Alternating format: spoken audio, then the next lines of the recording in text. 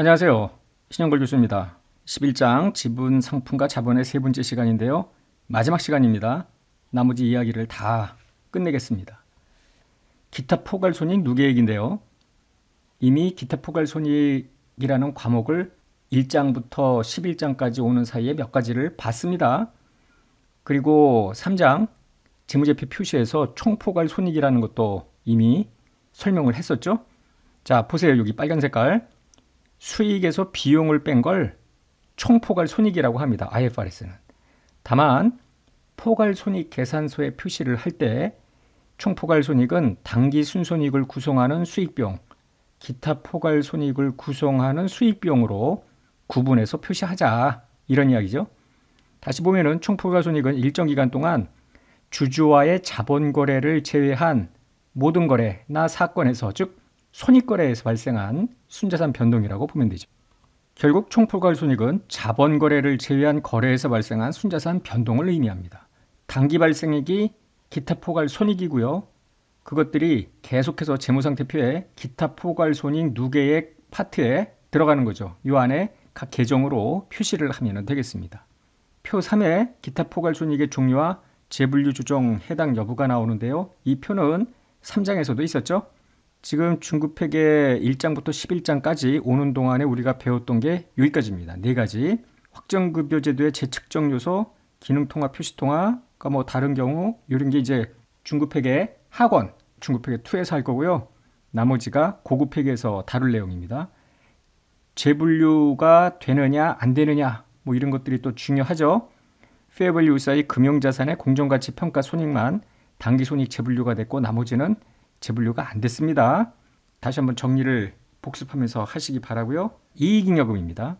이익잉여금은 회사의 정상적인 영업활동, 자산의 처분 및 기타 손익거래에서 발생한 이익을 원천으로 해서 회사 내에 유보되어 있는 잉여금입니다.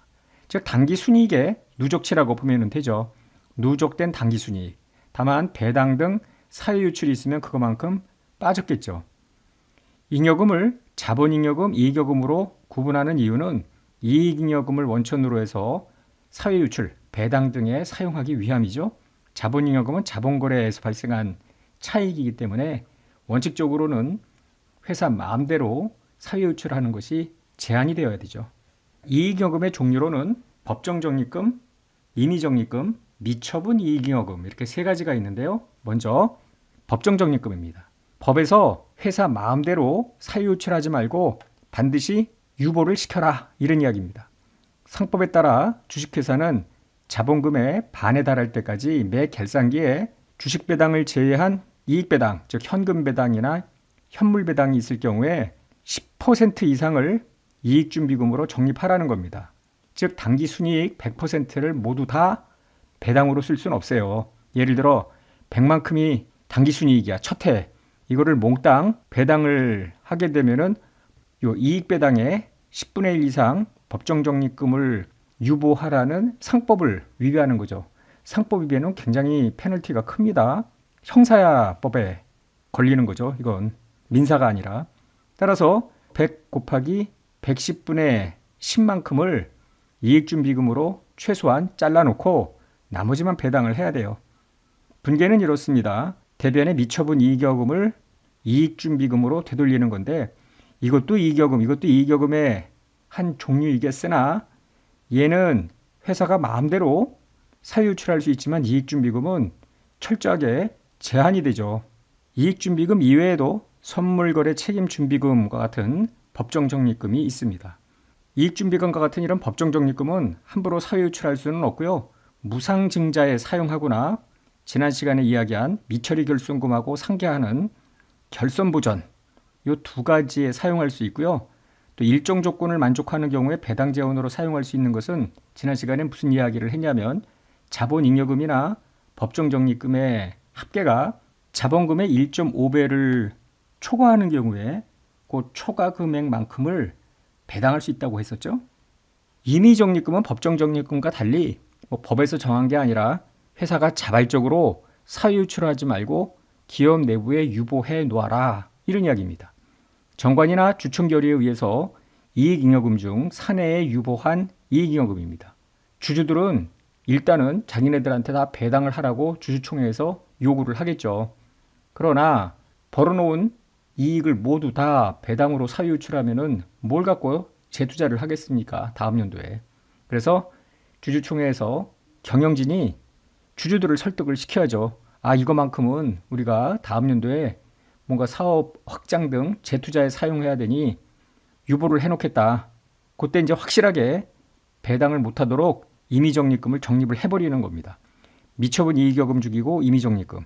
지금 미처분 이의결금이 이만큼 있을 때 임의적립금 죽이고 뭐 죽이고 하다가 이제 나머지가 배당할 수 있는데 이 중에 또 10%만큼은 이익준비금으로 적립을 해야 되니까 배당할 수 있는 재원이 점점 줄어드는 거라고 보면 되겠습니다. 이렇게 임의적립금을 적립해 놓고요. 그 적립 목적이 달성이 되면 다시 주주총회 때 미처분 이의결금으로 되돌리는 거예요. 지금 분계를 보면은 이의결금 대 이의결금 아니에요. 이것도 이의결금 대 이의결금. 주주총회 일에 배당을 하지 말라고 임의적립금으로 적립을 했다며요. 어떤 목적에 사용하라고. 목적에 사용할 때 분계는 어떻게 되나요? 대변으로 현금 등 자산이 빠지면서 해당 뭐 특정 자산의 재투자면은 무슨 자산, 유용자산 이런 식으로 분계가 되겠죠. 임의적립금이 사라지는 건 아니죠. 이익이익금을 지금 두부 못 잘라갖고 더 이상 먹지 못하게 옆으로 비켜놓은 뭐 그런 개념이라고 생각을 하면 되죠. 그리고 목적을 달성할 때 다시 미처분 이익여금으로 이걸 이입이라고 합니다. 임의적립금의 이입 해놓고 나서 다시 일부를 또 다른 목적에 임의적립금을 쌓아놓는 뭐 이런 쪽으로 주주총회가 흘러갈 가능성이 높아요. 자, 미처분 이익여금까지 다 처분하고 남은 잔액을 차기 2월 미처분 이익여금이라고 합니다. 개정은 미처분 이익여금이에요. 그냥 개정 과목은. 근데 전기 2월, 차기 2월 뭐 그런 개념으로 사용할 뿐이죠. 그래서 전년도로부터 넘어온 미처분 이익여금, 즉 전기 2월 미처분 이익여금에 뭐 당기 순이익이 가산되고요. 혹은 뭐 순손실이 나오면 빠지겠죠. 여기에 임의적립금 이입액, 임의적립금 이입이라는 건 뭐예요? 관연도에 임의적립금을 적립해 놓았는데 목적을 달성했으면 다시 임의적립금을 차변으로 죽이면서 미처분 이익여금으로 돌리는 거. 앞에서 보았던 요겁니다. 그래 놓고 나서 여기서 이제 이익여금 이리저리 처분하는 거예요. 자, 처분에는 어떤 것들이 있느냐면요. 자본 조정하고 상계하는 것 드디어 나왔네. 우리가 주식 할인 발행 차금, 자기 주식 처분 손실, 감자 차손 이런 것들이 나오면 먼저 주식 발행 초과금, 자기 주식 처분이 감자 차익과 퉁치라고 그랬죠. 그래도 남으면 일단 기말까지 가자고 그랬죠. 그때 기말에 가서 미처분 이익 잉여금과 상계하는 겁니다. 그리고 다른 잉여금으로 적립, 법정적립금이나 임의적립금을 적립하죠. 그리고 그 나머지 금액을 배당이나 상여 등 사회로 유출할 수 있겠습니다. 그래서 이리저리 처분을 하죠. 그러고 남은 잔여액, 요게 차기로 이월되는 미처분 이익여금이죠. 개정으로는 미처분 이익여금이고 지금 정기 2월, 차기 2월 마치 기초재고자산, 기말재고자산 뭐 그런 개념이라고 보면 되겠습니다. 분계를 한번 볼까요? 12월 31일이 결산일이라고 가정을 할 때요. 이제 X1년도 전기 2월 미처분 이익여금을 미처분 이익여금으로 대체. 그런데 분계는 필요 없죠. 왜냐하면 전기 2월 미처분 이익여금이나 차기 2월 미처분 이익여금은 모두 계정 명칭이 미처분 이익잉여금이에요. 별도 분계는 없고 머릿속으로 그냥 미처분 이익여금이 전기 2월로부터 넘어왔다. 당기 순이익을 구성하는 수익과 비용. 우리가 이것은 회계 원리 시간에 장부의 마감이라는 과정에서 배웠을 거예요. 여러 가지 수익을 다 죽이고 여러 가지 비용을 다 죽입니다. 비용보다 수익이 더 많을 때 대변에 차이가 생기는데 이게 바로 미처분 이익여금이에요. 그리고 나서 수익 계정, 비용 계정은 모두 장부에서 0으로 만들어 놓고 끝나는 거 아니에요. 얘네들이 다음 연도로 넘어가는 게 아니라 수익과 비용의 잔액인 요 미처분 이익잉여금이 차기로 넘어가는 개념이라고 보면 되죠. 그래서 전기 2월 미처분 이익여금과 당해년도 발생한 당기 순이익에 해당되는 금액, 마감 과정을 통해서 미처분 이익여금이라는 계정으로 통합이 됐습니다. 요 두 금액이 합쳐져서 다음 연도로 넘어가죠. 자, 주주총회일, 주주총회는 X2년도에 이루어집니다. 뭐 2월이나 3월쯤, 예를 들어 뭐 2월 20일, X2년도로 주주총회 할 때 먼저 관연도에 적립해 놓았던 임의적립금의 목적이 달성이 돼. 그러면은 임의적립금 차변에서 대변으로 죽이면서 미처분 이익여금으로 다시 합산을 시킵니다. 그럼 전년도로부터 넘어온 거에 임의적립금 이익에까지 다시 미처분 이익여금이 또 늘어났겠네요. 그 금액을 가지고 이리저리 처분을 하는 거예요. 미처분 이익여금이 여기 이만큼 있죠. 그 중에 전부 또는 일부가 뭐 감자차손 이런 자본조정과 상계하는 것, 배당을 주겠대. 그럼 미지급 배당금 적어도 여기에 10%는 이익준비금 쌓여죠. 또 임의적립금도 있고요. 그래서 앞에 했던 요 미처분 이익여금에서 요 처분한 거를 빼면 나머지가 차기 2월 이익 잉여금, 뭐 차기 2월 미처분 이익 잉여금이 됩니다. 어쨌거나 요거는 이익여금 처분에 대한 분계는 임의적립금 이익과 더불어서 주주총회일 즉 X2년도 장부에 반영하는 거고요.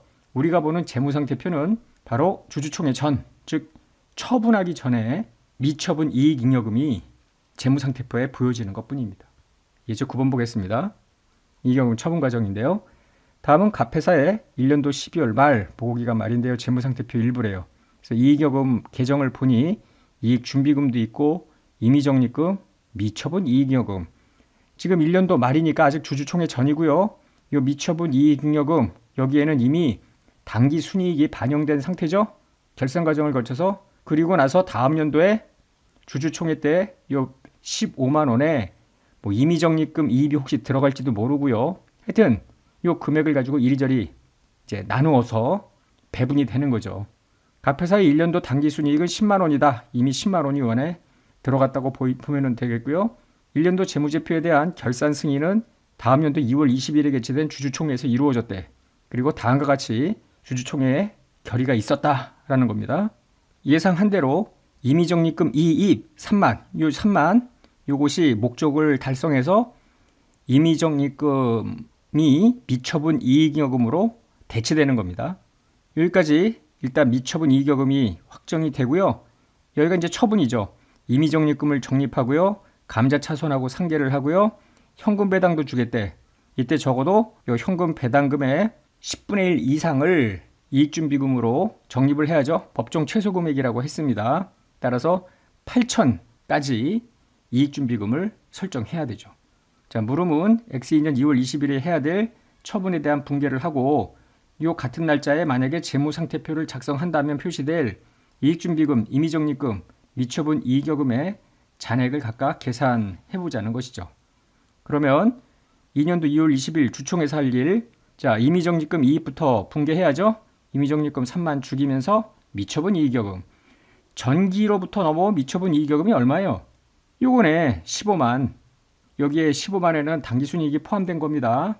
따라서 15만의 미처분 이익여금이 있었는데 주총 때 다시 3만이 또 이입이 되니까 모두 18만이 있어요. 요걸 가지고 처분하는 거야. 어떻게 처분하기로 했냐면은 임의적립금을 적립한대 4만. 그래서 임의적립금 4만 차례차례 하자고요. 그리고 감자차손하고 상계 2만. 그러면은 감자차손 차변에 있던 거 이렇게 죽이고요. 여기 다 미처분 이익여금입니다. 한편 현금 배당 8만 하기로 했고요. 최소 금액 이익준비금이니까 8천. 그래서 여기 8만 8천까지. 그리고 다 더하면은 14만 8천이 여기서 빠지는 거죠. 따라서 미처분 이익여금 18만이 있었는데 이 중에 14만 8천이 빠지니 3만 2천만큼이 차기로 넘어가는 미처분 이익여금이 되겠죠. 한편 2월 20일자 만약에 재무상태표를 작성한다면 이익준비금은 전기 2월 금액이 5만이잖아요.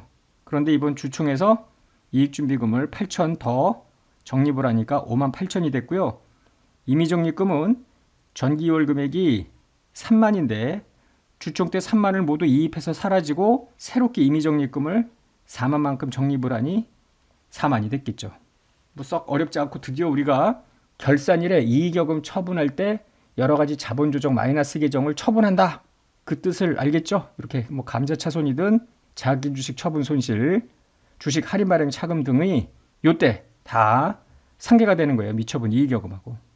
이익잉여금의 처분에 반대되는 것이 결손금의 처리입니다. 결손금은 처분이라는 말을 사용하지 않고요. 처리라고 하는데 당기 순손실이 나는 회사들은 이익여금이 없으니까 요 결손금을 처리하는데요.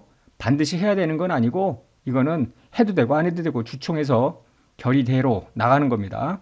즉 결손금, 당기에 발생한 손실뿐만 아니라 전기 2월 미처리 결손금, 미처분 이익잉여금의 반대 계정인 반대로 생각하면 돼요. 마이너스 금액 요거를 포함해서 결손금을 이익잉여금 또는 자본잉여금과 상계, 이게 결손 보존이라고 했었죠. 전부 주주총회 결의가 필요하고요. 이익이 나는 회사의 재무상태표는 이익여금 처분 전 금액이라고 한 것처럼 역시 손실 나는 회사도 당기말 재무상태표에는 결손금을 처리하기 전 금액으로 표시가 됩니다. 분계를 본다면 결산일 전기 2월 미처리 결손금이 만약에 있었다고 하면은 이걸 미처리 결손금 계정으로 대체하는 거예요. 그냥 전기 2월, 차기 2월이라는 계정은 없습니다. 한편 당기에 비용이 더 많아, 즉 매출 등 수익보다 비용이 더 많아, 그러면은 당기 순손실에 해당되는 게 미처리 결손금. 따라서 전기 2월 미처리 결손금과 당기에 발생 미처리 결손금이 합쳐져 갖고 다음 연도 주주총회로 넘어가는 거예요. 그럼 주주총회 때 그냥 내버려둬도 되고요. 아, 미처리 결손금 보기에 흉하니 이거 우리 이익여금하고 뭐 자본잉여금하고 퉁치자. 몽땅 다 상계해도 되고요. 일부만 상계해도 되고 그거는 회사가 알아서 할 일입니다. 주주총회에서. 따라서 미처리 결손금 전부 또는 일부랑 임의적립금, 법정적립금, 뭐 자본잉여금 등 순서가 있지는 않습니다. 회사가 이것도 주주총회에서 정하기 나름입니다. 전부 또는 일부를 상계하는 뭐 이런 회계 처리가 가능하죠. 예제 10번 풀어보겠습니다. 다음은 1년도 12월 말 재무상태표 일부다. 그래서 자본잉여금이 6만이고요. 결손금 해서 이익준비금, 임의적립금, 미처리 결손금. 지금 이게 전부 다 이익잉여금에 해당되는 건데 이익잉여금의 합계가 마이너스면 요걸 결손금이라고 불러요. 이익잉여금이라고 하지 않고. 그래서 미처리 결손금이 지금 마이너스 7만인데 갑회사의 1년도 당기 순손실이 8만이나 된다요. 그러니까 이렇게 우리가 유추할 수 있죠. 전년도로부터 2월 된 미처분 이익잉여금이 많이 있었겠지. 근데 순손실이 8만인 바람에 미처리 결손금이 마이너스 7만으로 표시가 되는 뭐 이런 상황입니다. 자, 1년도 재무제표에 대한 결산 승인은 다음 연도 2월 20일 주총에서 이루어졌다고 했는데 2월 20일에 개최된 주주총회에서 미처리 결손금 중에 요 7만이죠. 이 중에서 4만 원만 결손 보존하기로 했대요. 이 뜻은 뭐예요? 4만 원만 이익잉여금이나 자본잉여금하고 상계하기로 했다라는 거죠. 그런데 갑회사는 결손 보존을 할 때 임의적립금, 이익준비금 순서로 미처리 결손금과 상계하고 자본잉여금은 상계하지 않기로 했다. 일반적으로 자본잉여금은 내버려 둡니다. 갑회사가 2년도 2월 20일에 해야 될 결손금 처리 분계를 하고 동일자의 재무상태표를 작성할 경우에 표시될 자본잉여금, 이익여금 세부 항목의 잔액을 계산해보자는 것입니다.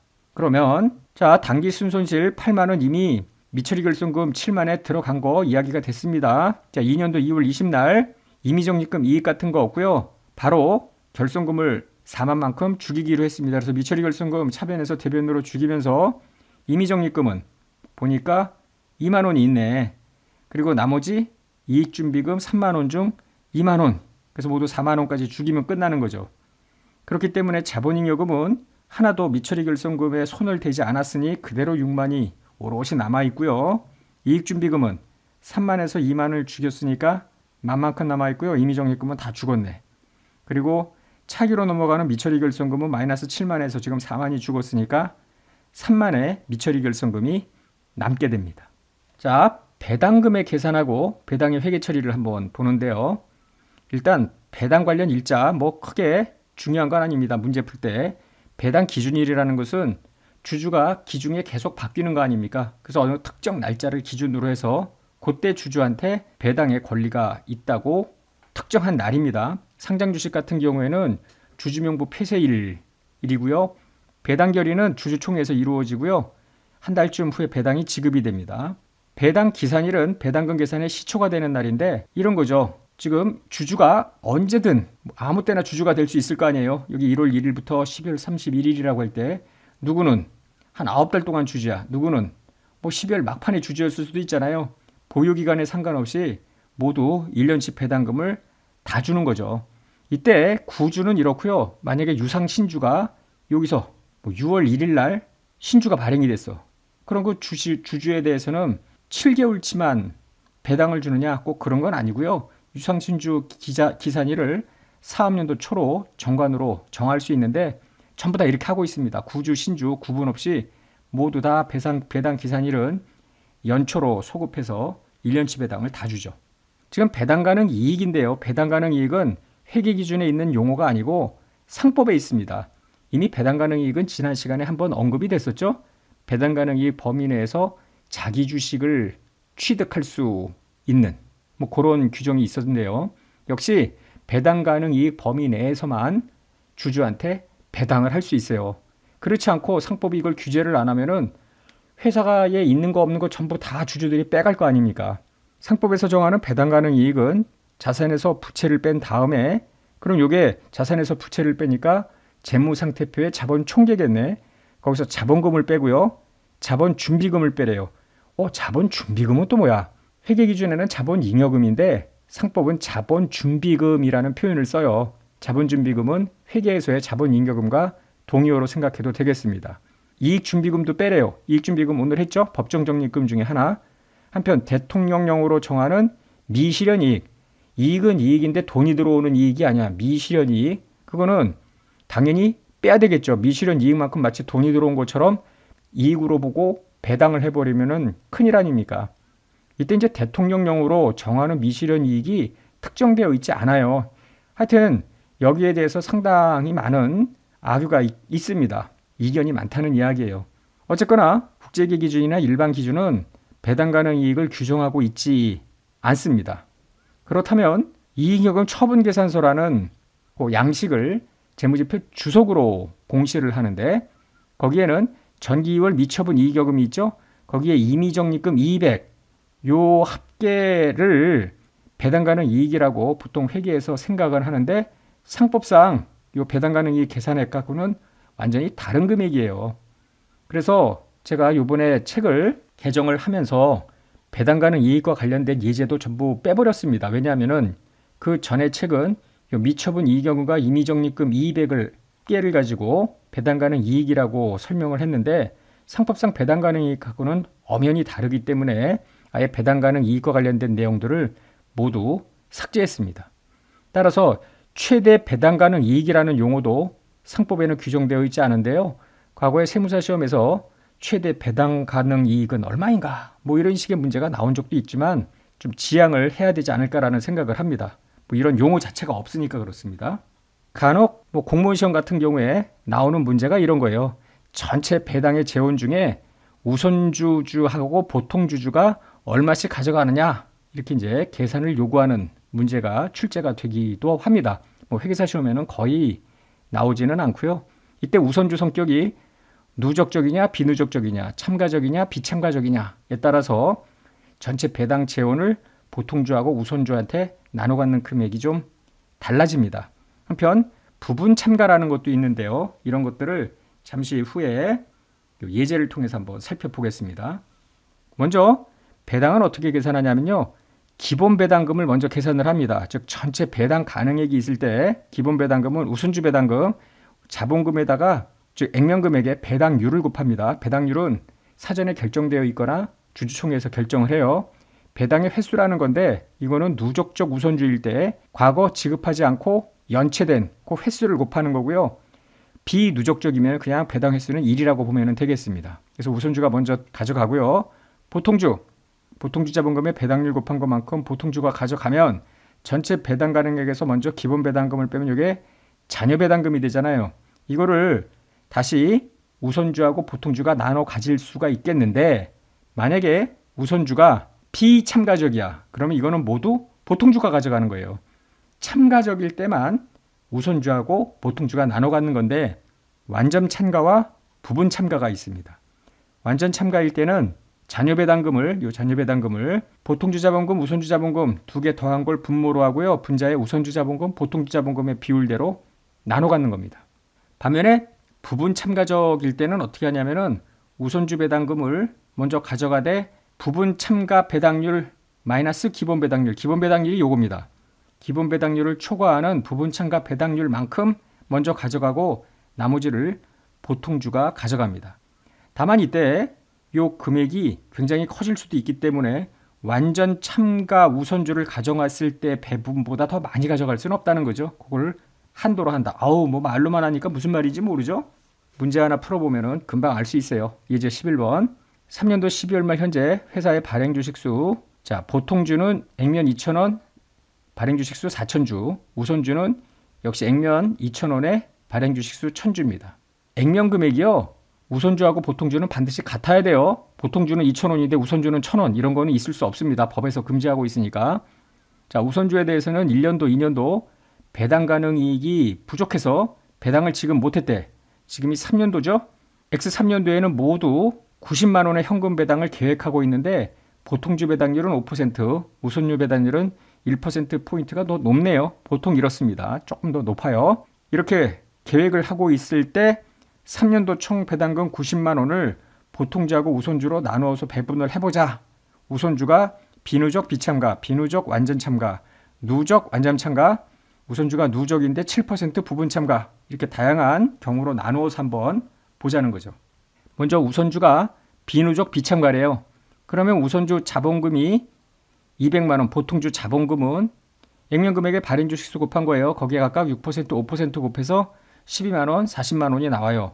그럼 전체 배당 재원 90만 원에서 이걸 빼면은 38만 원이 자녀 배당금인데 비참가라고 했으니까 모두 보통주주가 가져갑니다. 만약에 비누적 완전 참가라면 어떻게 되느냐면 비누적이니까 좀 전에 봤던 해답 1번과 똑같고요. 그럼 자녀 배당금이 38만 원인데 이 38만 원을 2대 8의 비율로 나눠 갖는 겁니다. 우선주하고 보통주가. 그래서 최종 배당금이 나오죠. 만약에 누적 완전 참가면 어떻게 되느냐? 기본 배당금 계산할 때 우선주 배당금, 연체 배당금 2회까지 포함해서 곱하기 3 한 것이 달라져요. 그래서 자녀 배당금이 좀 줄어드네. 완전 참가라 했기 때문에 2대 8로 나눠 갔습니다. 그래서 28,000, 11만 2천이 들어가고 끝나죠. 마지막 누적인데 7% 부분 참가래. 그러면은 누적이니까 일단 기본 배당금 가져가는 거는 앞에 해답 3번과 같습니다. 자, 자녀 배당금 14만 원. 요것도 여기랑 일단 같죠. 3번하고. 그런데 자, 우선주 배당금 200만 원에 기본 배당금이 6%였는데요. 배당률이 7% 부분 참가하냐. 그래서 2만이 됩니다. 그런데 반드시 한도 이내여야 되는데 그 한도는 해답 3에 완전 참가였을 때의 요 28,000이 한도 금액입니다. 그 한도 내기 때문에 2만 오케이. 그러면 나머지가 보통주가 가져가는 것입니다. 이렇게 계산하면 돼요. 참고로 만약에 물음 4에서 부분 참가 배당률이 8%라면은 8% 마이너스 6% 차이이기 때문에 4만이 되죠. 이때 해답 3에 우선주 자녀 배당금 완전 참가보다는 더 많이 가져갈 수는 없으니까 28,000을 오버하게 돼요. 그래서 28,000만 가져간다. 배당 회계 처리는 간단해요. 결산일에는 회계 처리가 없고 주주총회일에 만약에 현금 배당을 결의를 했어. 그럼 미지급 배당금, 미처분 이익여금, 유동부채입니다. 한 달쯤 후에 미지급 배당금 죽으면서 현금 이렇게 하면 되고요. 주식 배당 이것도 앞에 자본 조정할 때 한번 이야기가 됐었죠. 미처분 이익여금, 미교부 주식 배당금 이게 자본 조정이죠. 그리고 한 달쯤 후에 주식 배당할 때 자본금 전부 액면법으로 처리합니다. 현물 배당이라는 것도 있는데요. 기존 해석서 2117호로 적용을 하면 되겠습니다. 그래서 소유주에게 배당으로 지급할 현금 이외의 현물로 지금 배당을 주는 개념이라고 보면 돼요. 지급할 부채를 분배될 자산의 공정가치로 측정하고요. 미지급 배당의 장부금액 변동은 자본에서 조정을 합니다. 그리고 미지급 배당 결제 시에 이 장부금액과 미지급 배당의 장부금액의 차이를 당기손익으로 인식하려는데 분계를 보면 무슨 말인지 금방 알아요. 자, 현물 배당하기로 결의를 합니다. 그러면은 미처분 이익여금, 미지급 배당금 이렇게 해놓는데 그리고 나서 보고기간 말 또는 결제일까지 비현금 자산의 공정가치가 변동될 수 있을 것 아닙니까? 만약에 증가됐다고 하면은 그거만큼 더 올리는 거예요. 이때 미처분 이익여금이 또 빠지게끔. 그리고 결제일에 비현금 자산을 분배를 하죠. 그럼 미지급 배당금 나가면서 그 비현금 자산의 장부금액 따라서 올랐다고 가정을 했기 때문에 처분 이익을 인식을 한다. 중간배당이라는 것도 있는데요. 연 1회 한해서 주총이 아니라 이사회 결의로 배당할 수 있는 현금 배당만 가능합니다. 이걸 중간배당이라고 해요. 그래서 중간배당 일단은 지급을 하고요. 어쨌거나 지급을 했으니까 잊으면 안 되는 게 그 다음 연도가 바뀌어서 한 2월이나 3월쯤 주주총회가 열릴 때 이 중간 배당에 대한 이익준비금도 적어도 10% 이상 적립을 해야 되는 것을 잊으면 안 되겠습니다. 청산배당이라는 것도 있는데요. 이거는 배당의 원천이 이익여금이 아닌 자본잉여금의 배당입니다. 즉 이건 엄격한 의미에서 배당이 아니고 자본의 환급 또는 자녀재산 분배에 해당이 되는 건데 상법상 배당 가능 잉여금을 초과해서 배당하는 개념이기 때문에 실제로 청산을 하지 않는 한 청산배당이 이루어지기는 어렵습니다. 마지막으로 자본 변동표라는 재무제표가 있는데요. 당해기간 동안에 변동된 자본의 증가 감소의 내용을 보고하는 재무제표인데 생긴 건 이래요. 자본금, 자본잉여금, 기타의 적립금, 이익여금 등 자본 항목에 단기에 증가 감소를 쭉 표시를 해주는 거죠. 특히나 이 이익여금 같은 경우에는 정기율 이익여금에 배당 지급은 빠졌겠죠. 당기순이익은 늘어났겠고요. 요 회계 변경 누적 효과 해서 중급회계 2에서 배우는 건데요. 회계 정책을 변경하면 소급 효과를 관연도부터 소급을 해서 얼마만큼 이익여금에 부과를 하느냐, 기초 이익여금에 부과를 하거든요. 더하기 빼기 뭐 이런 식으로 표시가 되는 건데 크게 시험과는 무관합니다. 자, 여기까지 해서 중급회계 상권이 끝이 났습니다. 이제 다음 시간에 중급회계 학원 12장 수익부터 강의를 하겠습니다. 수고하셨습니다.